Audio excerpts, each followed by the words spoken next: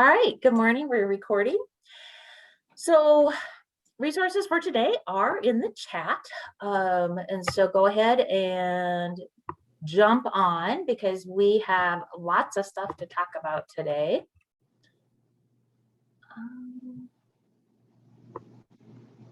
So here we are.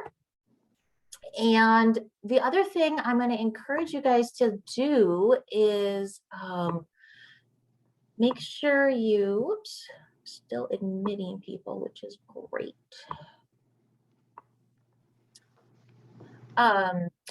You can, did I not publish myself? Oh, I did. Okay. I just didn't refresh myself. All right. So you have all 3 days. You're going to notice that I've dropped the recordings right under each of the days. So you can go in and watch those. Today's obviously will be added as soon as we're done here. Continuing education contact hours are posted. So if you would like to get continuing education contact hours, you can earn up to 6 for attending these trainings live or by viewing the archives. You have until Friday, April 30th to fill this out. So if you've been here all 3 days, go ahead and do it and get it done. If you want to go back and watch an archive or two, feel free to wait and fill it out, but just make sure you fill it out by April 30th. And then here's our collaborative documents. We will be jumping into those a couple of times today just to make sure that everything, you have a chance to reflect and plan a little bit. So today is content opportunities, and we have a lot of different things to talk about. So I am going to get us going.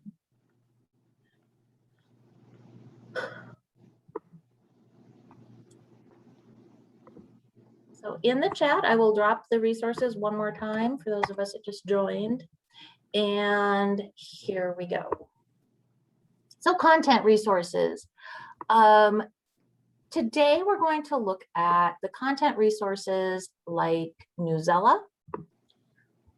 We're going to look at some curation, some organized the internet, because one of the things that has happened in this last year is because we've started doing so much more stuff online, trying to keep track of it is even more important than it ever was before.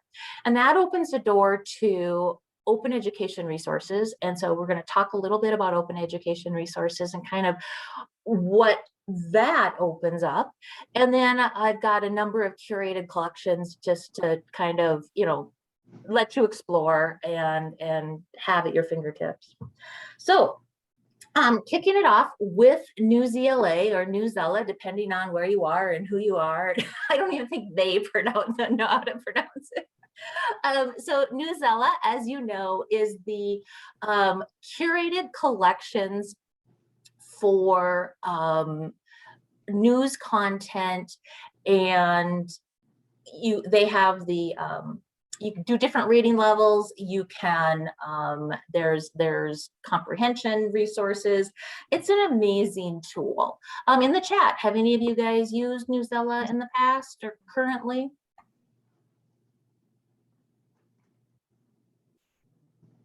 You have used it. Mm-hmm.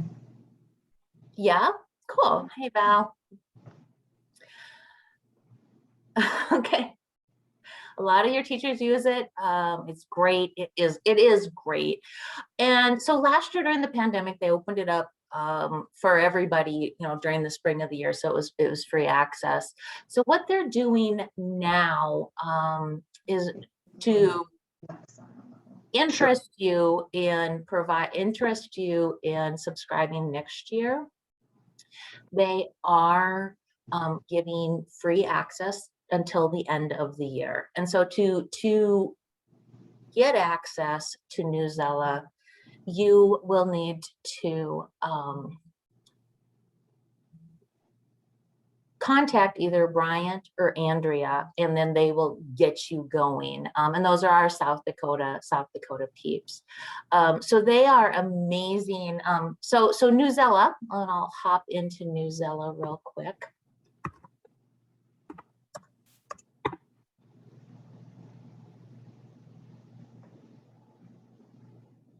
So when we're in Newsela, you obviously you need to log in if you're going to have access to the full resource. They pull news sources and curate news sources from all these different areas.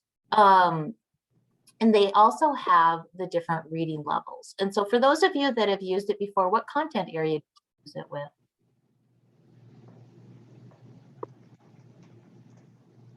So you can see here we have ELA, Social Studies Science, SEL. They also do custom collections. So lots of different options there that you have access to. So in the chat, you used it for social studies, all okay. 4th grade, ELA. So one of the schools that I've been working with is using it across content areas, and they're using it not only embedded in the curriculum, but they're also using it for supplemental content.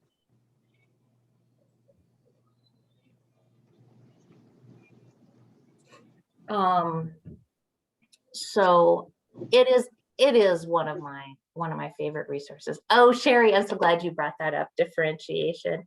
Let me see. I had an account, but I'm not sure where I'm at right now.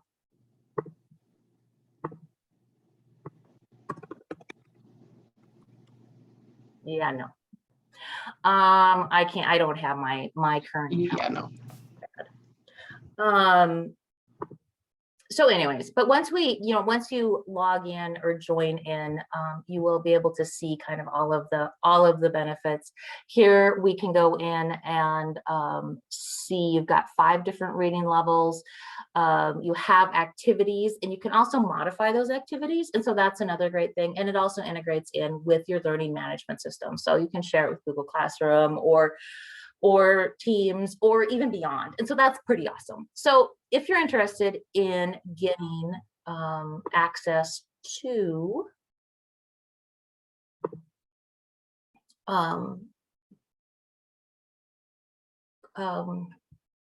guys, I'm just like having a Tuesday today on a Monday, or a Monday on a Tuesday. If you want access to Newsela, go ahead and follow up on this, and you'll get it for the rest of the year if you're looking at content. Kind of back over. So one of the things that has been a really big deal this year is we have obviously moved everything online and really started using content, virtual content, and online resources differently. And so this is one of the resources that I've used a number of times with schools. And so one of the things that I ask is, like, how do you keep track of websites currently? And so I've got a little answer garden here that I'm going to drop in the chat for you. And so go ahead and answer in the answer garden how you keep track of resources currently. So how do you keep track of websites? How do you know, how do you find things again?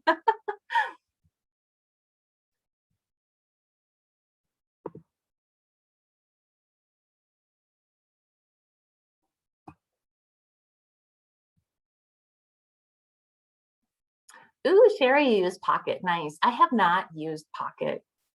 Bookmarks, yes. Lots of people use Bookmarks. ClassLink, cool. Folders, Gmail folders, folder bookmarks.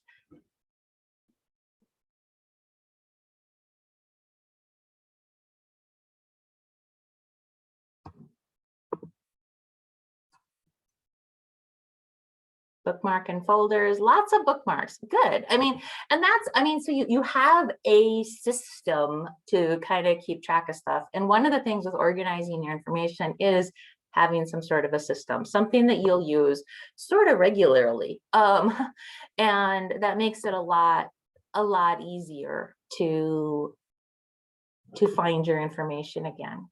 So does anybody else have any other ways that they... So lots of folders, which is awesome. Add to favorites, ClassLink, cool.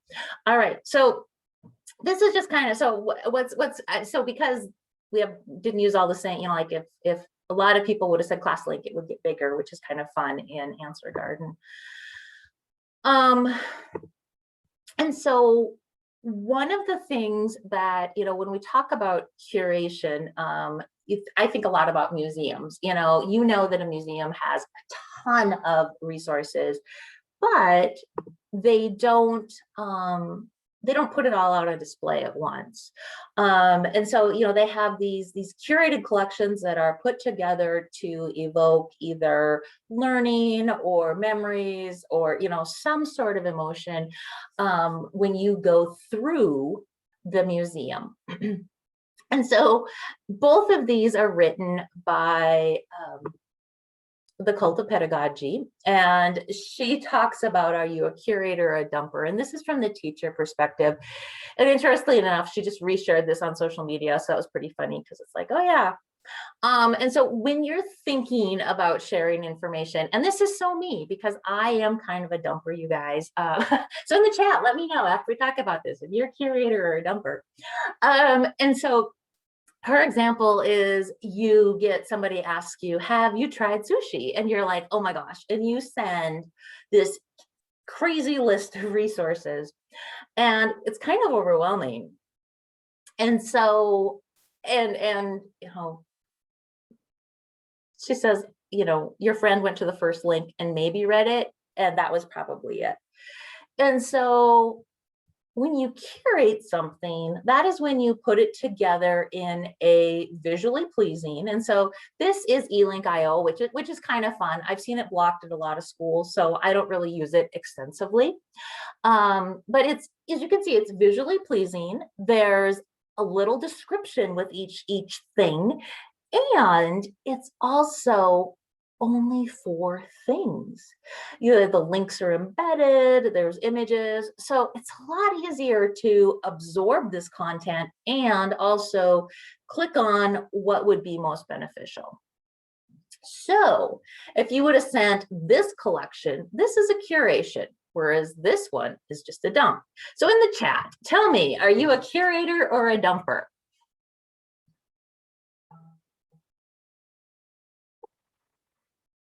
I love you guys. That's awesome.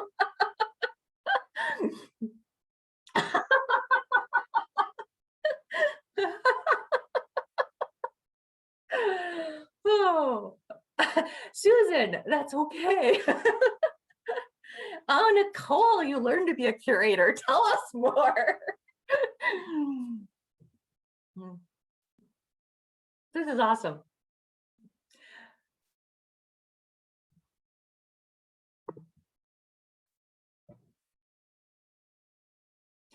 So yeah, so needless to say, I'm trying to become a curator. So all of you, yes, Nicole, thank you. It is not too good. It's not good to give too much all at once because then nothing happens. You're right. But it is a lot easier to be a dumper than it is to be a curator. And I tend to get so excited, it's like, oh, and there's this, and you're like, it gets a little out of control. So that curation process can be really challenging. When you're thinking about it from the student perspective, it really invokes a lot of higher order thinking because, when you're trying to pull out the best resources or the ones that are most applicable for whatever you're doing, you're going to have to do some evaluation, you're going to have to do some comparison and thinking about which one of these resources or which collection of resources should I share. Kids curate all the time. I mean, we do too, but when you think about, back in the day, we did mixtapes. That was curation. When we do playlists, that's curation. And so a lot of times to practice curation, making a playlist is a really great way to do that because it's something that we, especially kids, but even adults, we relate to that playlist concept. Curating a YouTube playlist is another awesome thing because, there's things that we can curate that really resonate and are kind of natural curation activities. So she goes on to talk about, why you would want to be a curator rather than a dumper. And Nicole, you really you really hit the nail on the head, where with too much all at once, nothing happens. So yes.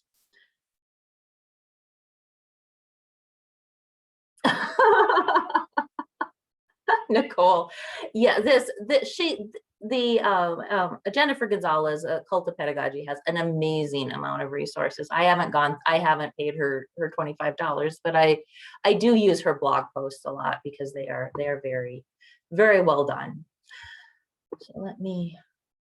So we're, when you're thinking about curation, and then there's also a student article by her, and then we also, we did the answer garden. And so there's examples of curation on some different projects. And so Smithsonian has a project using their resources. Newsela, you can do text sets in Newsela. Hyperdocs are essentially curated collections of information. This library in Wyoming, Weston High School, has a really great collection of their books in Pinterest. ThingLink can be used as a tool for visual curations. And you can also, if you don't want to subscribe to ThingLink, you can use Google Drives. And then this one I love, especially because so many of us have started making videos a lot more regularly. And I showed you last week how you can use Flipgrid shorts to make super quick videos. Michelle Latala is a librarian on the East Coast, and she makes a short YouTube. Every time somebody asks her a question more than once, she just makes a YouTube on it. And so these are things that, like, here's copy and paste without formatting. Here's how to add a row to a table. I mean, so these are like, I mean, look, it's 14 seconds, you guys. I mean, it's not even, it's super short. And so these are the kinds of things. So now she can send them out when somebody asks her a question. She can just be like, oh, here's a video kind of thing. So it's a real quick way to collect and curate those resources. And the other thing is, all of her content is in the same spot. And so, she doesn't have to think, now, where did I put that? So those are some examples of curation and, things as you're thinking about it. Curation tools. And so why would you use a curation tool? A curation tool can really help you keep track of your resources, and they're designed to both organize and share content. And so it's kind of that, like when you put your resources in your bookmarks, what are some frustrations with bookmarks as you guys are looking at bookmarks or looking for bookmarks?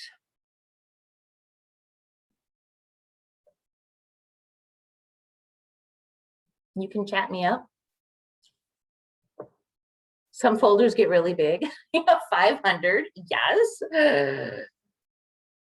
And is it hard to find them sometimes? You're like, oh, I know I have this in here, and it's like hard to find.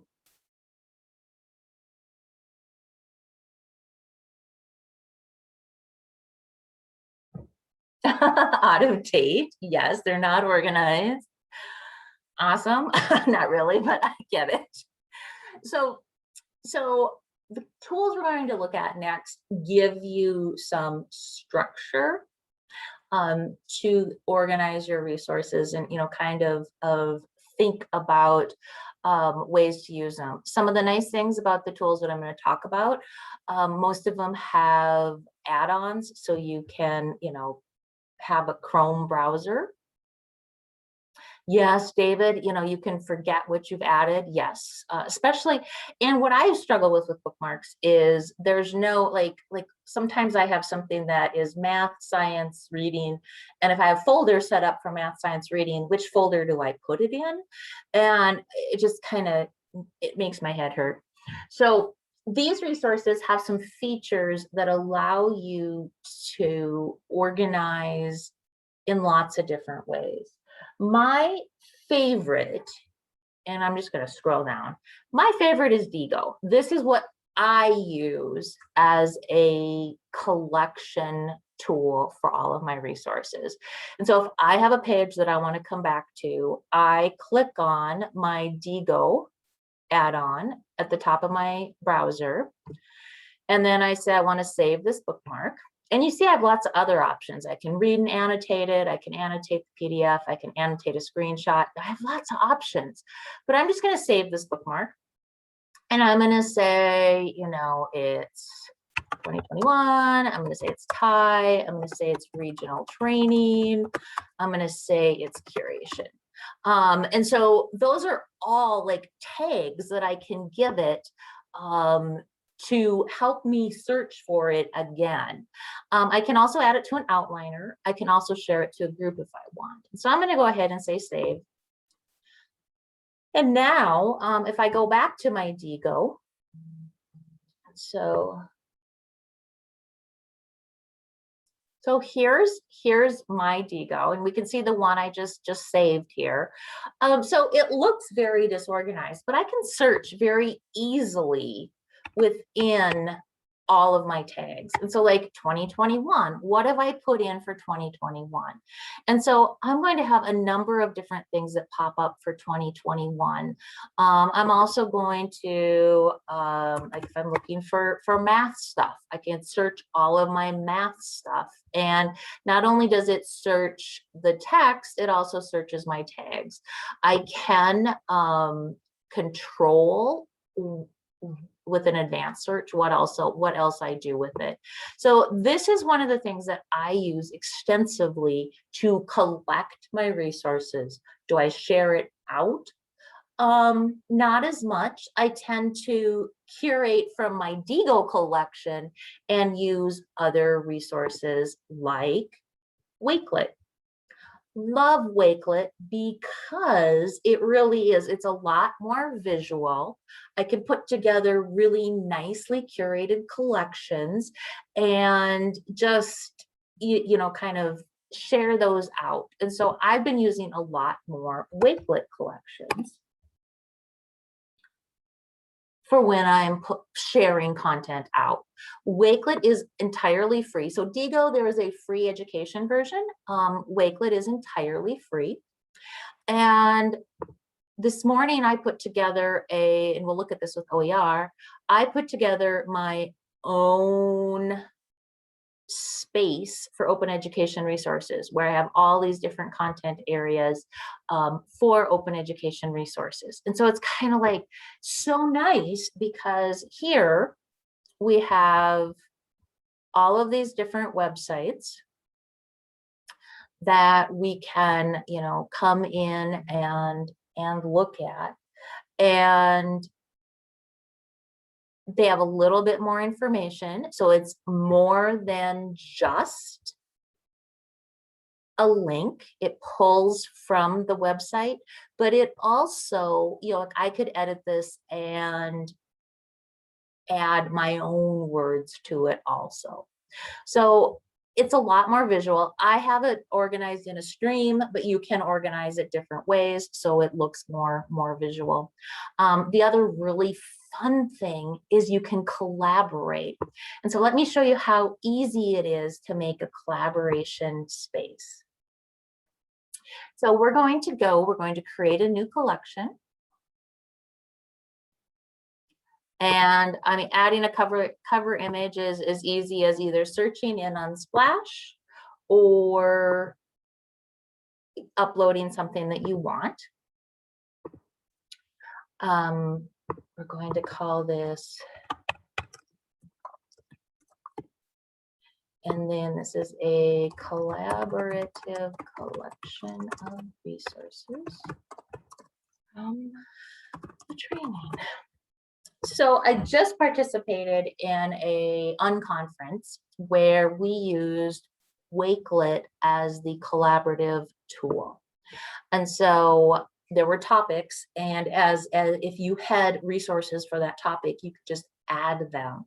So super easy to add. You can just click on the plus, and then you're going to see that you can add text, you can add images, bookmarks, PDFs, and then there's more. So I could add a video from Flipgrid. I could link in a YouTube. I could add from my Google Drive. I could add from my OneDrive. I can add tweets, lots of different options. And so very easy to add content. It gets even better though.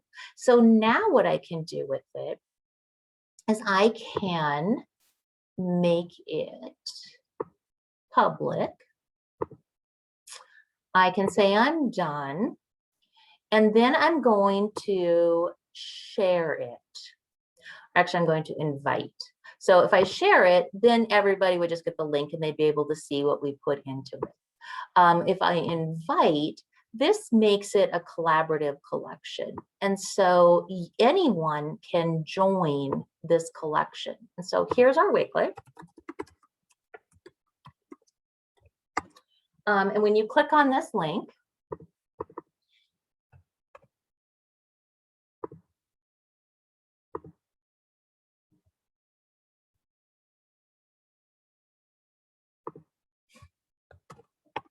it is going to give you that opportunity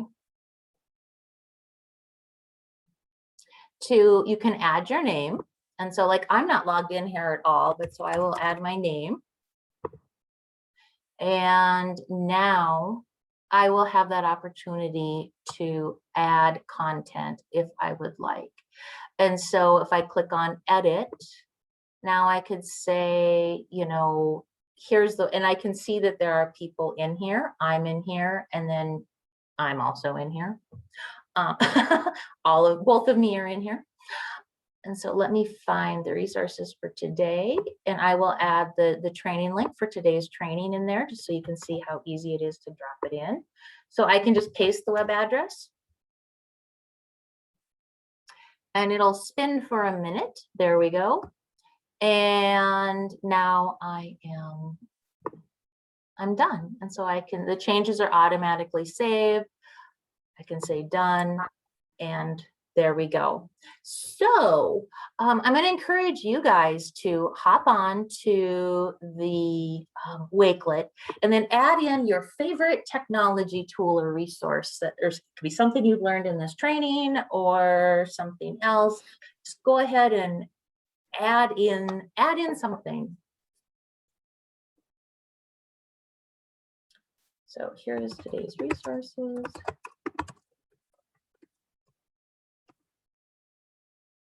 Here's the Wakelet.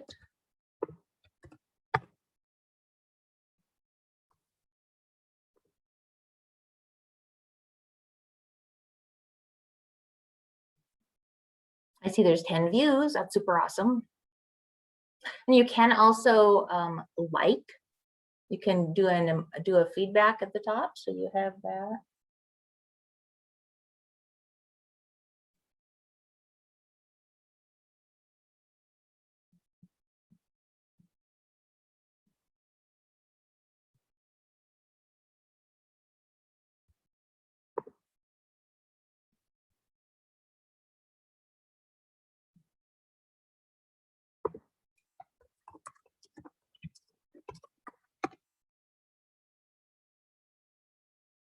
Oh, nice, David. Valerie, I love 3-Act Math.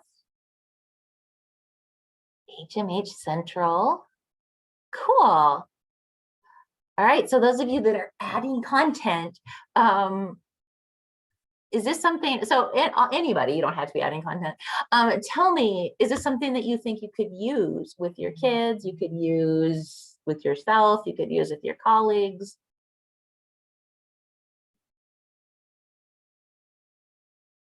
You can unmute, you can chat.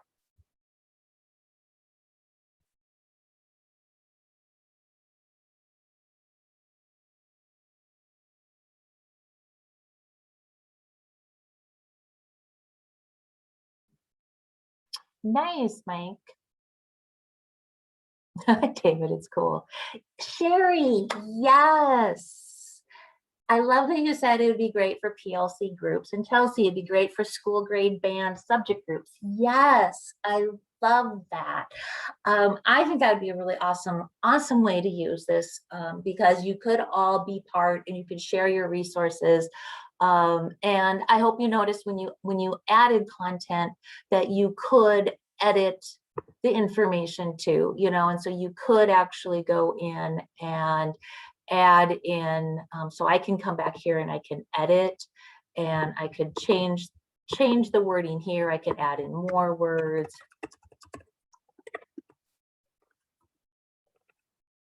I can change the image if I want. So lots of different options.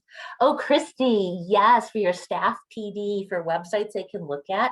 Well, and it doesn't even just websites, because you can add docs, you can add, you could design, so Wakelet is super versatile. There are pathways, so like people kind of make like lessons, Wakelet lesson plans, because you can embed in the videos, you can embed in documents, you can, you know, do all those things. You could essentially make it kind of a little class. So lots of cool things that you can do with it. This is Dave. Hey, since we're talking resources, I found out something today. I was working on my Google Classroom, and I was going to add some video content from Discovery. Discovery looks like they pulled their videos off of YouTube because they're going for their pay-per-view documentary channel that Discovery is doing, that Discovery Plus, I think. So now YouTube, they pulled off some of their videos off of YouTube now. Just found that out today. That's awful and so frustrating. Yeah, because I had actually reused one of my Google Classrooms, and all of a sudden the video link to the Iroquois Confederation video that I had used, a documentary, wasn't there. And then a disclaimer came up and it says, Discovery no longer has that video on YouTube and stuff like that. That's, I mean, it's unfortunate. It's good to know though, and it's probably one of those things we're going to want to, you know, check out, especially if we're using Discovery videos like that.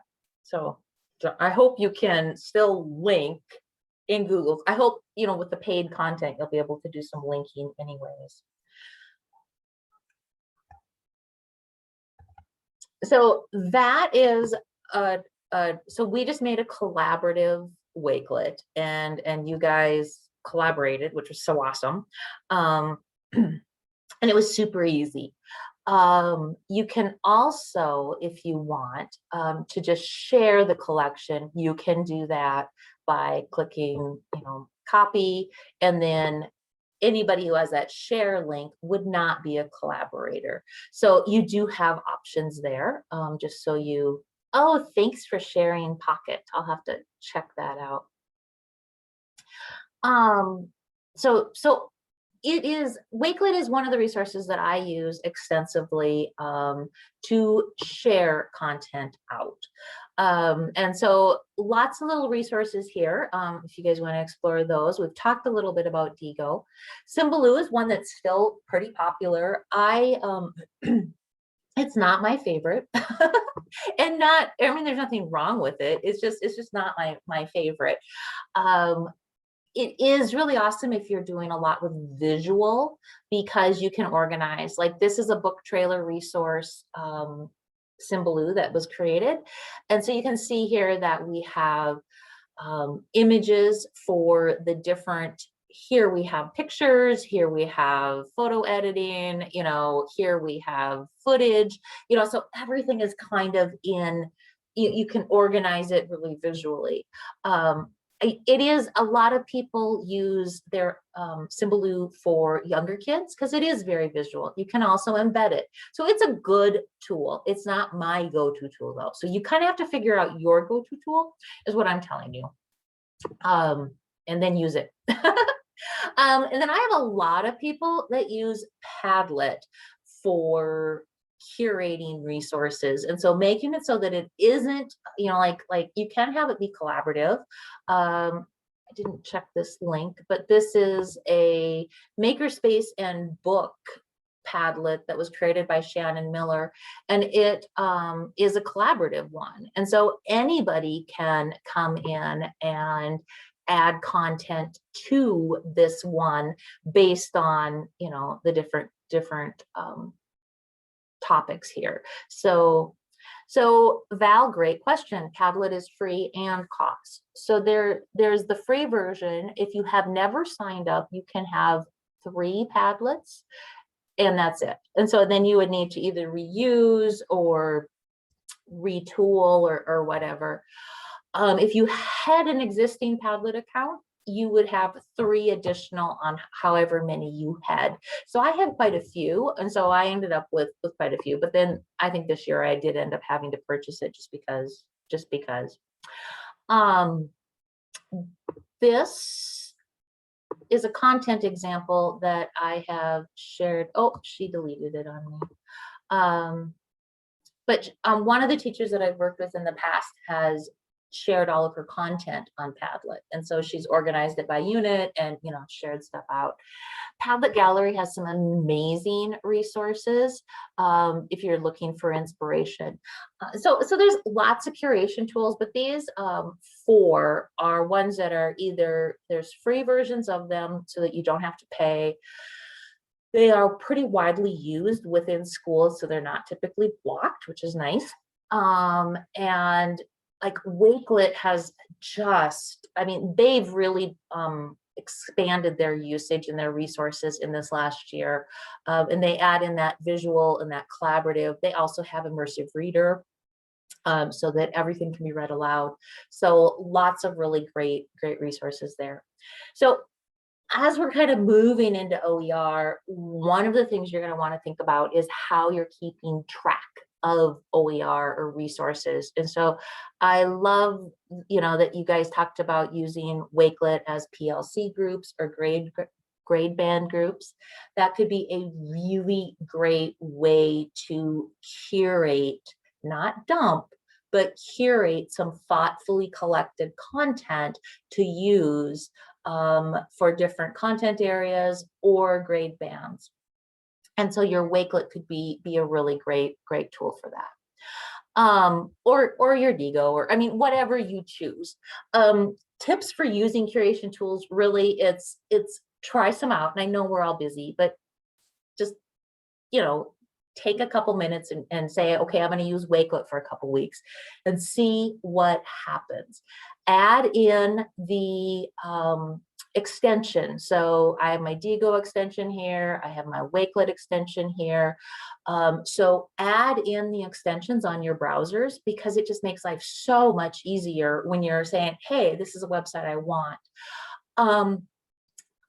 Utilize, you know, I don't remember what tags I use. I have no memory whatsoever. And so I try to use like, you know, like typically for a conference, I'll be like, I'll put the conference name in. If it's something that I learned at a conference, I try to put the conference name and the year in. You know, I mean, so you kind of come up with some like systems, but don't, with tags and the searchability, it is easier to find your resources than it is in your bookmarks. So that's also nice. So those are just kind of some tips as you're thinking about it. Pick one, use it, reflect on it, you know, and then decide, you know, yeah, I want to use this, or no, this doesn't work with how I think. And one of the things is we all think different. So there is no, I mean, I use Digo. I think I'm the only person at my work who uses Digo like I use Digo. So apparently I'm the only person at my work that thinks like I think.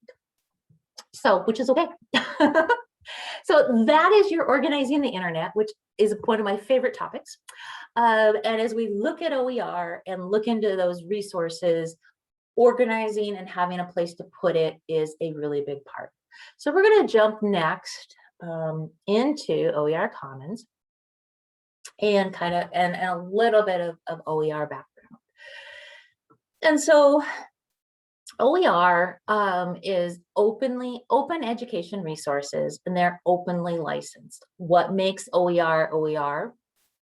It has that Creative Commons license, or it is in the public domain. This openly licensed content has been growing in popularity in the academic sector for a number of years.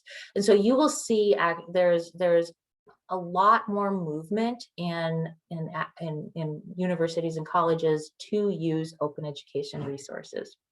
However, there is starting to be more traction in the K-12 sector. And so there's some resources that have just been out there for a long time, and they're you know, still out there, and it's really great. other resources are being added all the time. OER Commons is a repository, and so it pulls from a lot of different standalone OER resources. And so I will hop us in. So we do have a little about here if you need to explore a little bit more. And this is really good information about OER Commons and that information. So if you need, so OER Commons, like I said, is a repository. And so I have an account in OER Commons. And so I'm just gonna log in, but this is how you sign up. This is for the Help Center. I don't want the Help Center. Who knows what I'm doing here? I'll change that link. So no idea what happened there.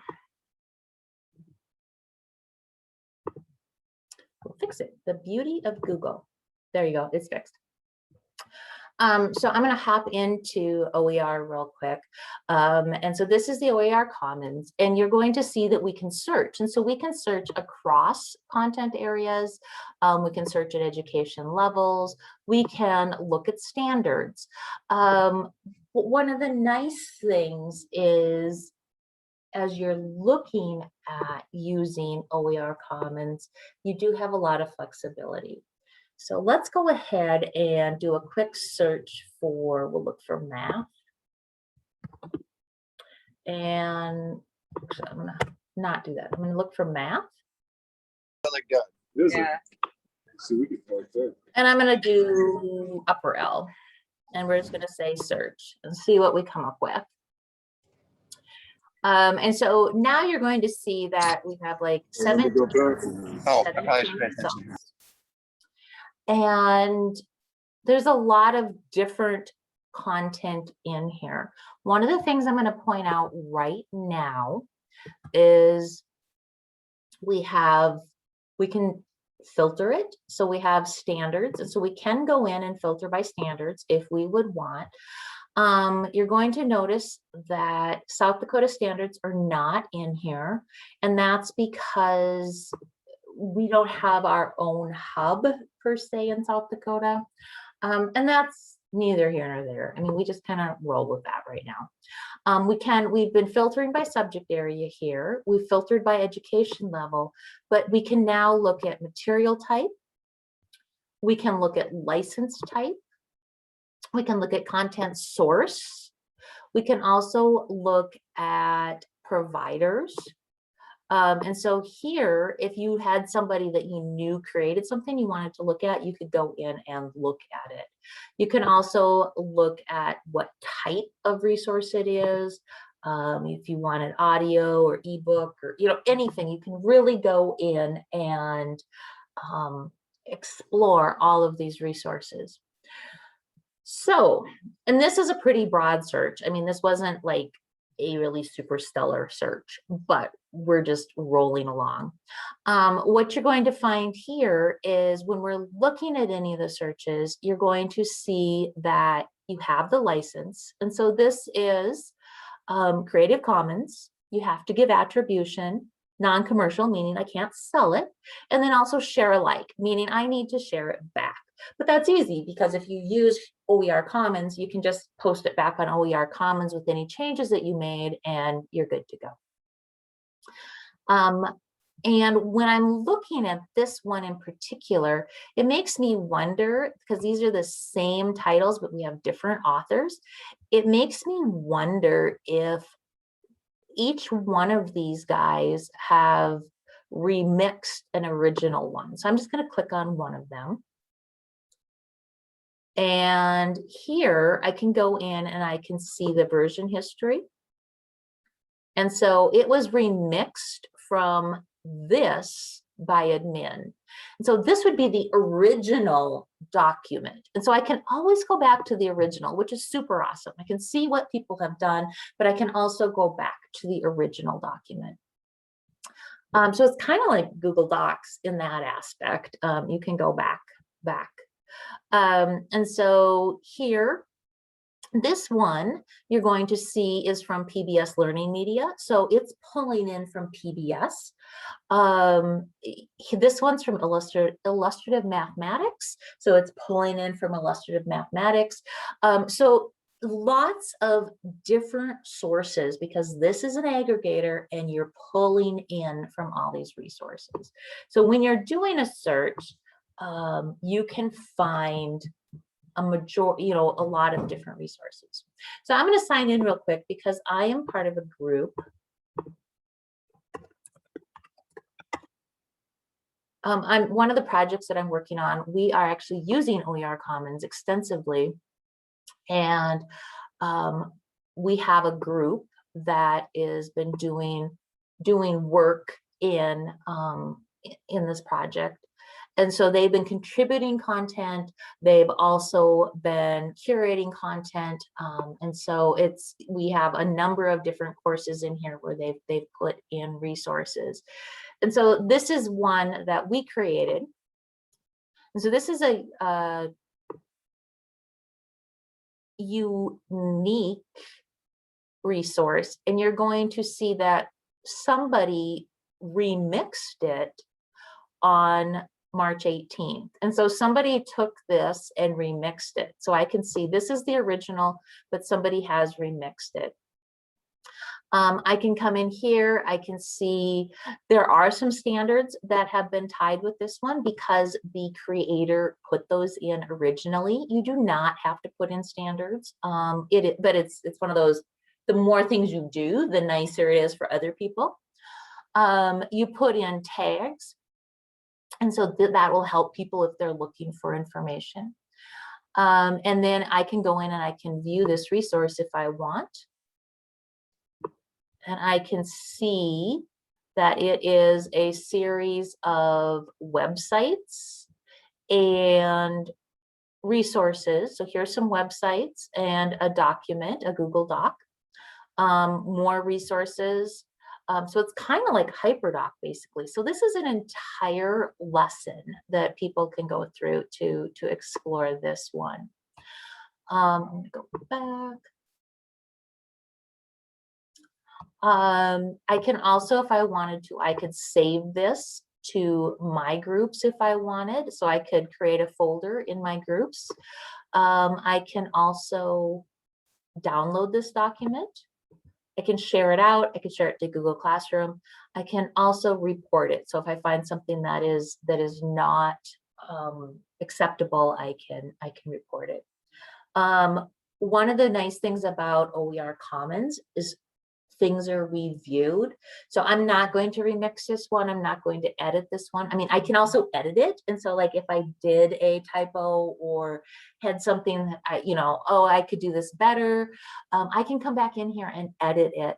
But when I do that, it does go to Oer Commons and it gets reviewed. And so it doesn't automatically publish. I can still see it, but the rest of the world can't. Nobody knows, David, what a floppy disk is for the icon. It is one of those mysteries. Actually, I take that back. More people know because we use it a lot, but so you can see here also, so David noted the floppy disk. So there's 6 saves of this document. There's 59 views, and there are 0 comments on this document. So that's kind of a quick overview. You're also going to see when we go up to the top at Discover, we can go in resources, collections, providers. I do want you to see providers because this is where you're going to be able to kind of say, oh, like CK12, for those of you that have used CK12, code.org, some of those resources that we are really familiar with or maybe have heard before, they are showing up in here. So this is an aggregator, and they pull in from a lot of different openly licensed resources. So Digital Public Library of America, Exploratorium, I think the Smithsonian is in here, PBS, Smithsonian, so Stanford History Education Group, Stanford University School of Education. So basically openly licensed, you're going to find content in here because it's pulled in from all over. So if you are this, so this is like a great place to start. So what I'm going to do for you guys for a few minutes is I will let you go into your breakout rooms for your districts. And we're just going to take 10 minutes and you guys can explore the Oer Commons or the Curation Tools or whatever, and check out those resources. And then in your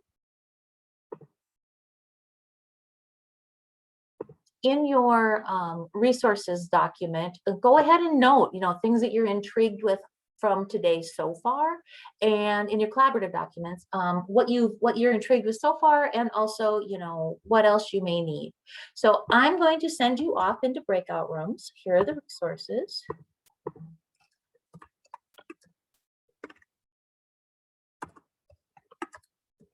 And feel free to, if you're all together in a group, don't worry about it. If you need me to drop you somewhere, let me know and I will do that. So let me stop share. What are some questions that you have about open education resources? And you can go ahead and unmute. You can drop them in the chat.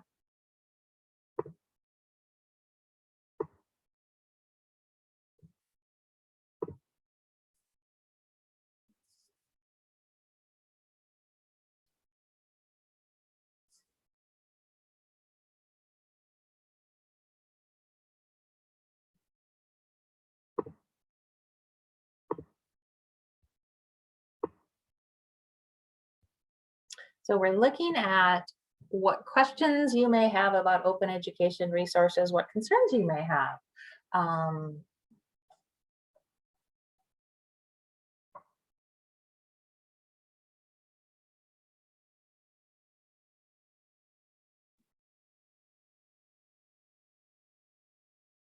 Guys are so quiet. All right. Yeah, Well, folks definitely kind of know what's going on. what?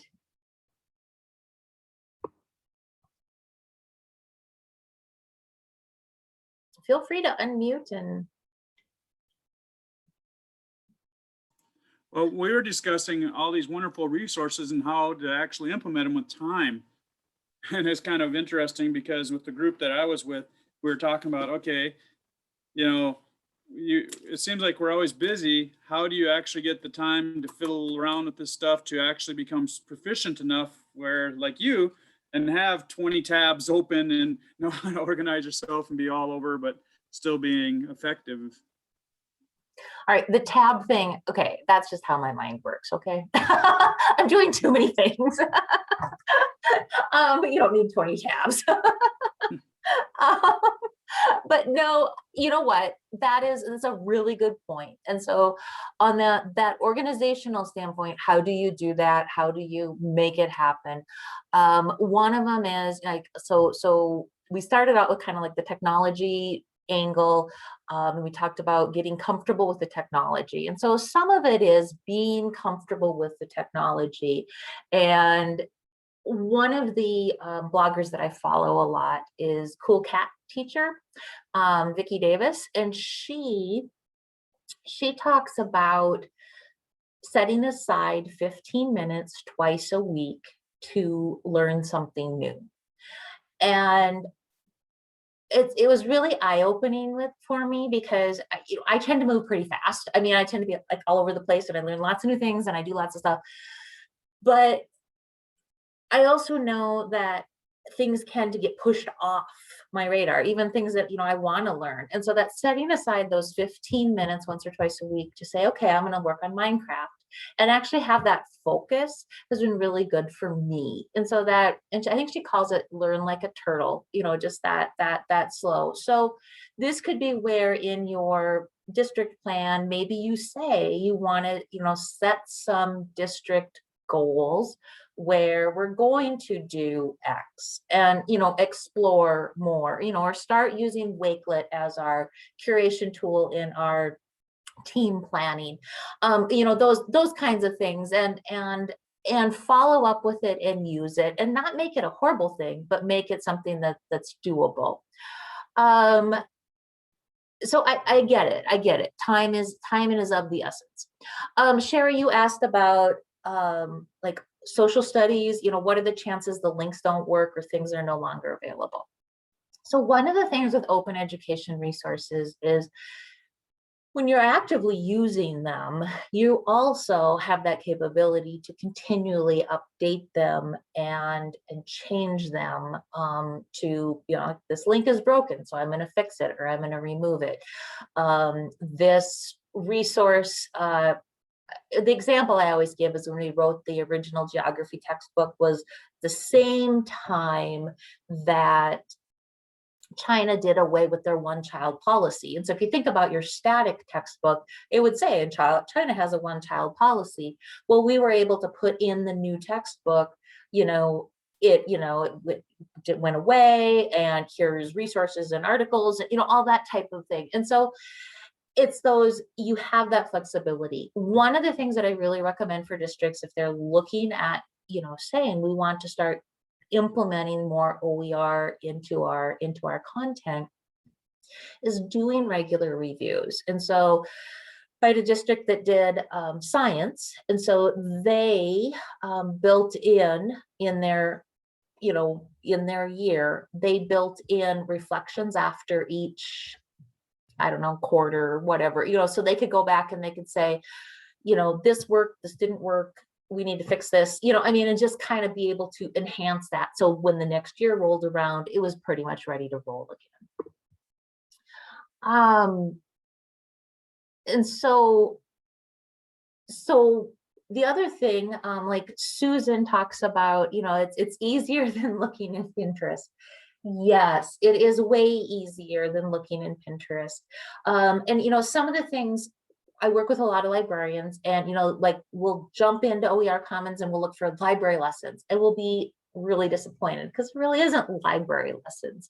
But maybe if I go in and I look in a content area like Anne Frank or like decimals, I'm going to find different resources. So be really creative with your searching in Oer Commons, just because you may not find 5th grade math, for example, but you may find stuff that's aligned to 5th grade math when you search for it. So those are some of the things when we're thinking about OER. One of the things that excites me is most of OER tends to be online. And so because we're using Google Classroom, because we're using Teams, because we're using other learning management systems, we have that platform to share the content and the lessons a lot more easily. And so that is one of those things that as you're moving forward. So other questions about OER and curating and all that kind of stuff before we move on?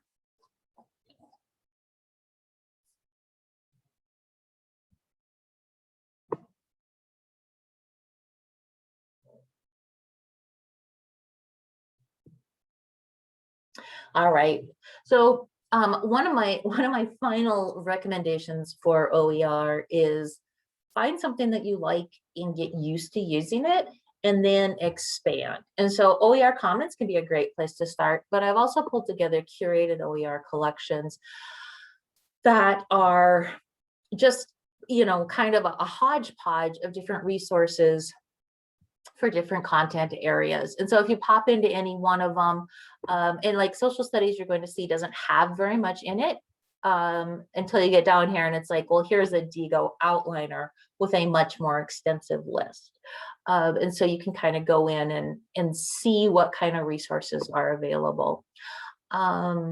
So these are resources that have been, like, this is something over time.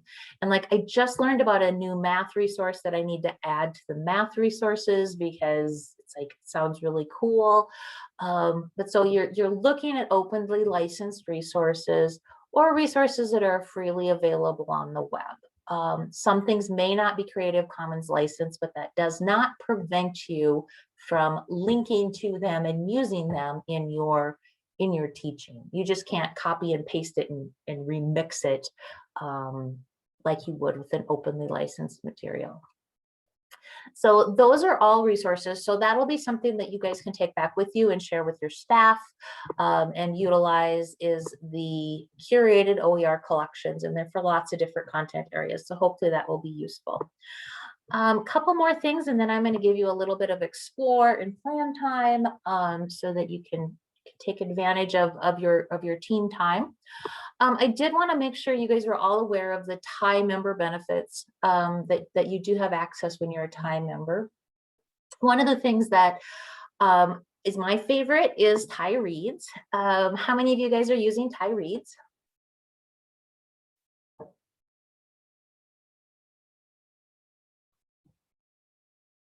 Yay, Sherry! Yay, Val! Yay, Nicole!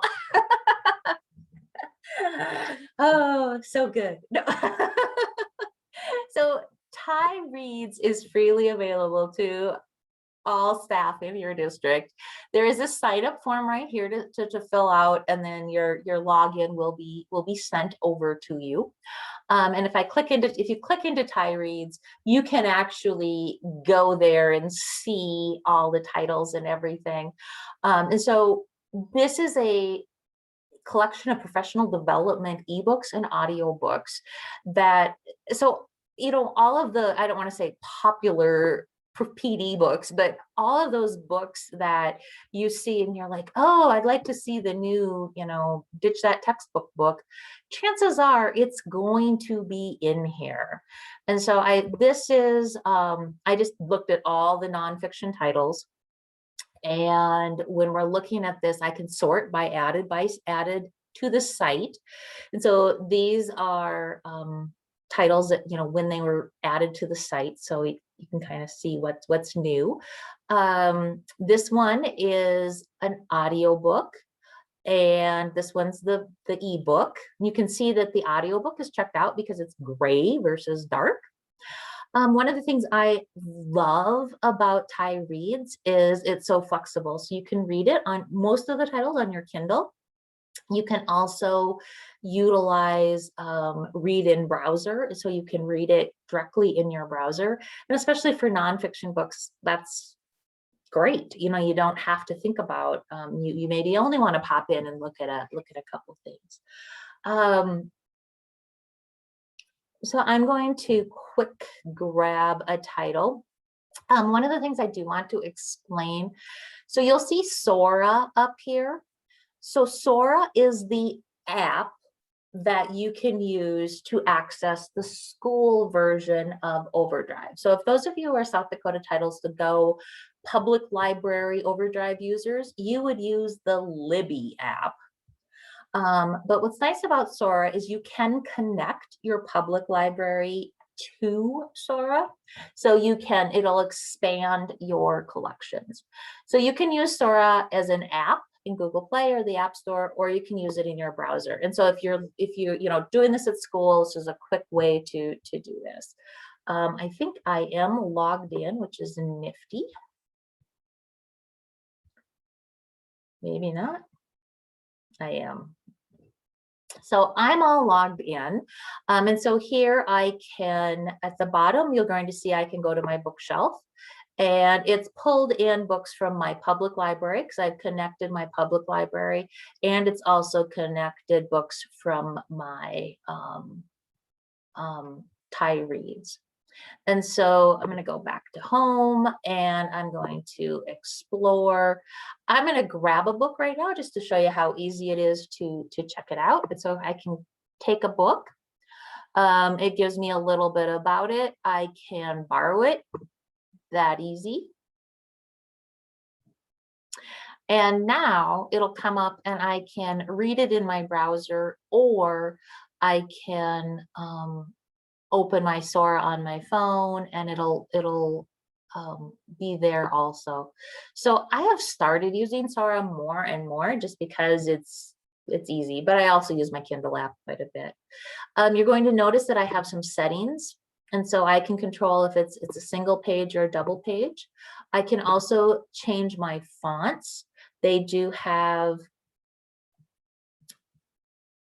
the open dyslexic font, and so that's been really positive for people with who need that.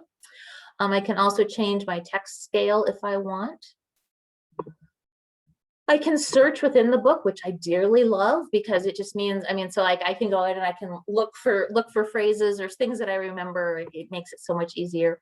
And then I can also bookmark and highlight within the book. And so any of those that are bookmarked or highlight, I can come back to. And so let me go back to myself. And you can see all my, they do give you achievements, which is, I guess, fine. I mean, I'm not super motivated by those, but because I don't always use the same platform, so it doesn't really help me. But I can go in and I can see all the schools that I have. I can change my download settings. So you can see all of those different resources that I have going on. So this can be a really positive way to manage what you have going on and books that you've checked out. So that is, it doesn't have it. Yes, it has an audio option. So I currently have an audiobook checked out.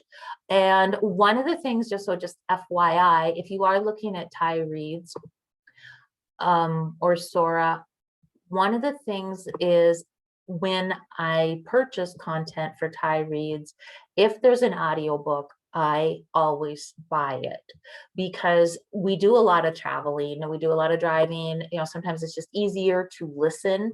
And so you're going to see, so I pull up just the audio. So we have 100 out of the, 526 titles, we have 109 audio. And so, I mean, not every book has an audio book component, but you can filter down. And so these are the audio options. So you can see what your options are. And that's just, it's really nice. I really am so excited that we have audio books for the PD books that we want to read. So TiReads is super fun. I encourage you guys to sign up. I encourage you guys to check it out and see what you can take away from it. Another benefit that everybody in every staff member in every member district has access to is streamable learning. And this is one that they have really expanded their programming and resources in this last year. They are actually doing the Mama site down in Hot Springs is one of the programs that they have, which is super exciting. And they have archives. And so for those of us that, maybe it doesn't work to do it live, you can do it later. So basically they are field trips, virtual field trips all over, zoos, museums, you name it, over Zoom. You can attend them live or you can watch the archive. And so there's some really great ways to bring in experiences for your students. Super easy to create an account. You just do that with your email address, your school email address. And then if you have any questions or anything, you can always let us know. You're going to see we have live streams. There's the recording. They have content partners, which so many cool all over the world content partners. So it's really fun. Sometimes I just watch them just to go somewhere while I'm not going anywhere. For those of you that are interested in getting ebooks for your schools, we do have a shared Overdrive collection, and this is an annual fee that schools need to pay to Overdrive, but it gets you access to Overdrive and Sora, and so it looks very much like our TiReads, but it's a shared school collection. So if you're looking at adding ebooks to your school, this is a really great option. And it's about $1 a student, depending on where you fall in the pricing tiers. So do any of you guys have the shared collection in your buildings?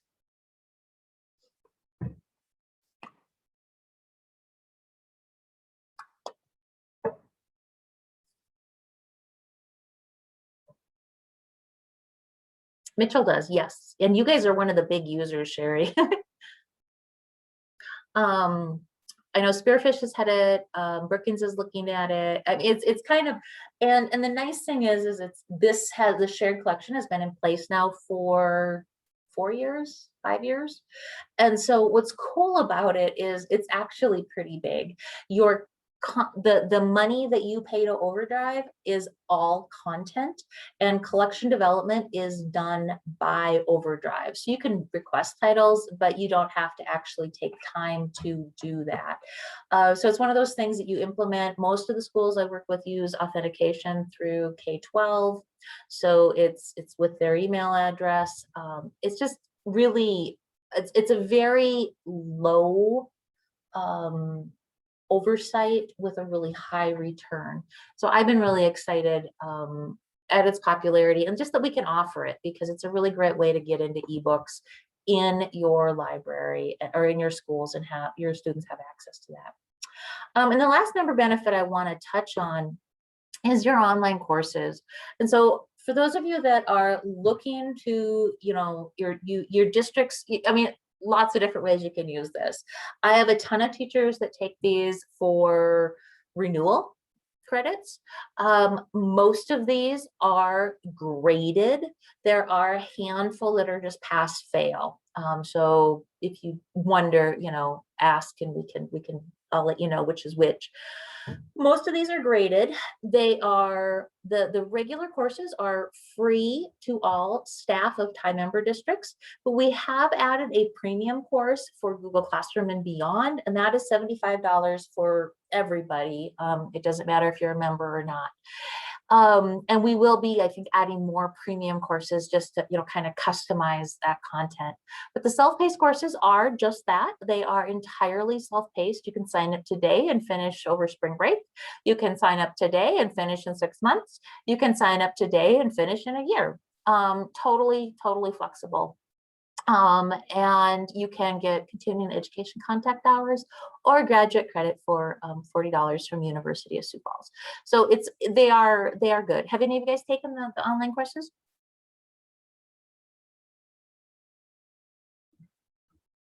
Val, you have. Yes. So the other thing with the online courses is I forced you. I know. Was it me, really? No. You were part of a grant. One of the nice things about the online courses is also if you're looking at implementing initiatives in your district, you can use these courses. You can also, we can help you design a self-paced course to go through and use. So you have some options there for the courses. And like I said, I have a lot of teachers that use these for renewal credits because they are so flexible. Oh, great question, Christy. So we offer the training to support Google certifications, and I will add that. I can add that to the I can't even think. I can add that to the page. And we can also support with the Microsoft certifications too.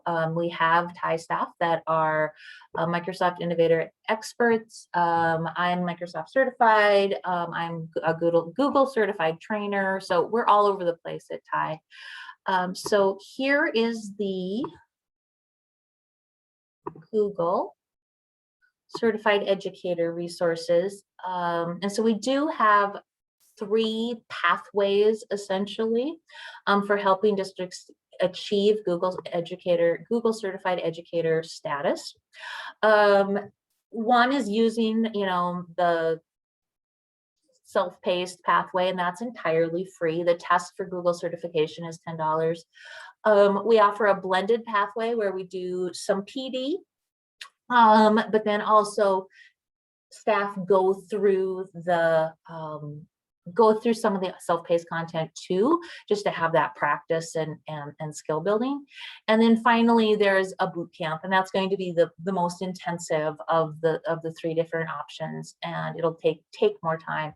But here's the page, and I will add it to the resources too, so you have that. I'll add it to today's content. And I've found just working with different districts, that getting that Google certification is, we've emphasized that skills and confidence. And that is, David, you asked about, well, how do you get, I mean, you don't have to get to the 20 tabs, but how do you get comfortable with all the technology? And some of it is that using the technology, and the Google certification really, it provides that focused pathway. And so it's been really a nice focused structured option to learn Google. But we have a similar pathway for Microsoft, where we can go in and you can either use all their resources, or we can help support as you go.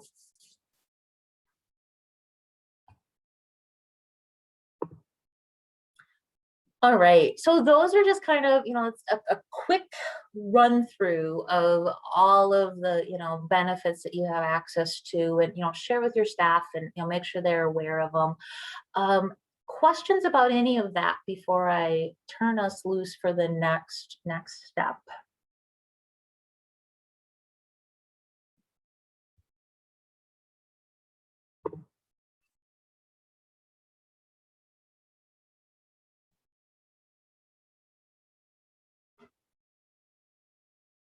You guys are so quiet.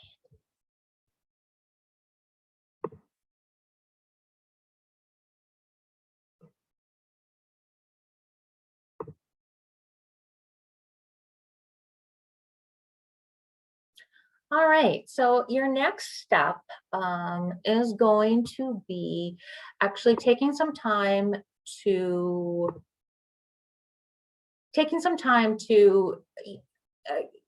as a group, I don't want to say finalize, but kind of like solidify what's next, because I did promise that you would have a plan when you were done. And so when you're on the resources for today, go back to your collaborative documents, and then the last slide is your action plan. And so this is, after reviewing all 3 days, and so you've had an opportunity to kind of jot some notes in all 3 days. What is your focus? And this is, remember that the 15-minute learn like a turtle kind of concept. What is something that you can implement and use, and what do your staff need to moving forward? So go ahead and review your 3 days and think about your next steps. And it helps. I mean, it's kind of like goal setting. So if you have that timeline, it's always beneficial. And then also, what resources do you need? Do you need to decide who's going to do the training, or decide who's going to do some implementation, or do you need additional PD, whatever you need moving forward, so that you can kind of make that plan. So I'll open up the breakout rooms again. I will open up the breakout rooms again, and also, so if anybody needs me to put you in a specific breakout room, just go ahead and say so. So I'll give you guys about 10 minutes to have that discussion and reflections, knowing that you have access to lots of different resources for PD in the online courses, in Reads, in the Google trainings, all that stuff. So you have a lot of different access to resources. So I'll send you guys out. Here is the here are the resources. Mike, here is the link to Plandrew.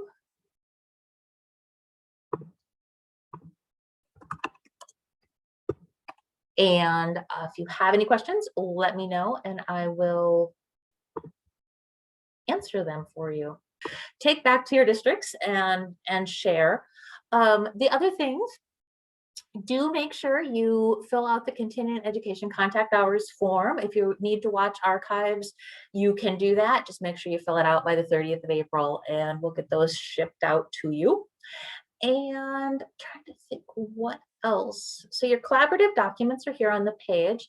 A quick follow-up on day one, I could not remember how to download grades, and it did come back to me eventually. And so to download grades, you need to, in your Google Classroom, so I'm going to go back to my Google Classroom, you need to go, so you can grades, whatever, but you have to go into an assignment, and then you get the cute little gear, and then you can either send all your grades to Google Sheets, download all grades to a CSV, or download just these grades as a CSV. And I did add that to the resources for you. So just one of those things to help, because it's one of those things you don't do it often enough and you don't remember. You know how it is. Julie, can I interrupt you a second? Yeah. I'm curious. You switched gears on me. Is this going to enable us to better throw our grades into Infinite Campus or not? So it's going to give you a spreadsheet. Okay. So whatever you can do with a spreadsheet, an Infinite Campus. So it's probably still not going to be seamless, but at least it's a spreadsheet. And I prefer a spreadsheet to something else. So Right. you can do a spreadsheet. Spreadsheets change your lives. Don't you guys remember day one when we were like doing all the? I remember that. I ignored it though. You ignored it? Is that what you said to me? No, I didn't. Did I say that out loud? I'm sorry. Oh, I don't know what to do with you guys. All right. So I did add that in, and I added those instructions to the Google Classroom. So in case anybody was curious about that, that is in Google Classroom now.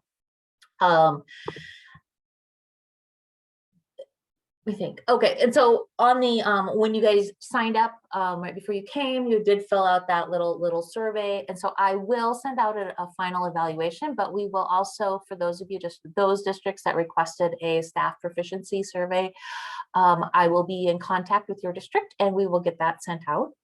I'm trying to think if there's anything else that needs to be talked about before we wrap it up for. Julie, did you read my chat box?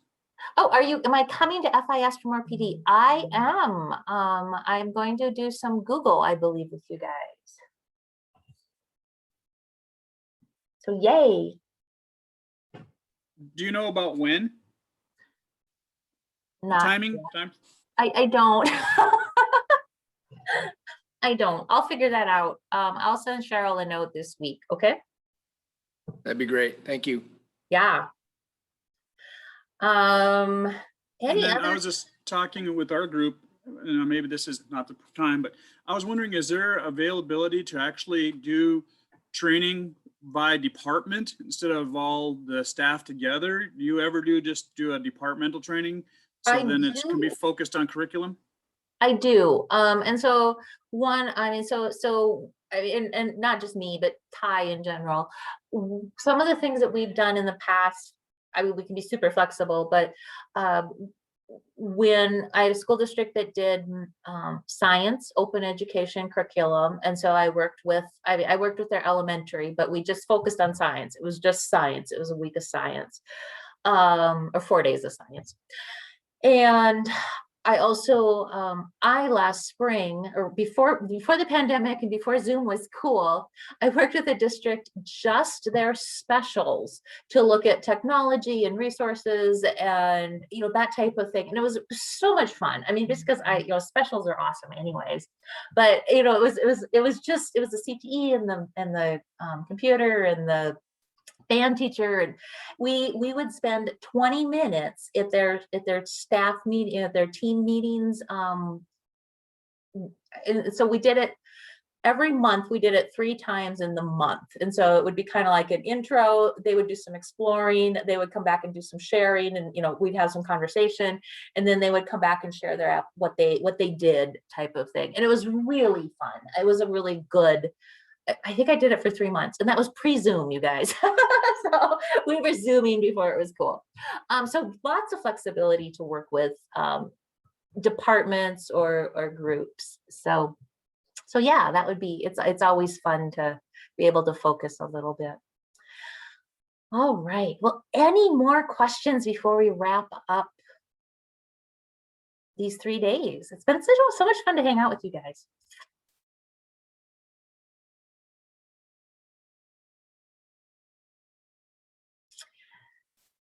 All right, well, I'm gonna turn you loose. Have a great rest of your week, and hopefully you have a good spring break for those of you that are getting some days off. And if you need anything, obviously send me an email. Don't forget to fill out your CE form so that we can get those forms sent out. And a number of you have sent emails, so I will be working on follow-ups today. If any of you need any follow-ups, let me know. And just thank you so much for coming. It's been really fun. So I will hang out and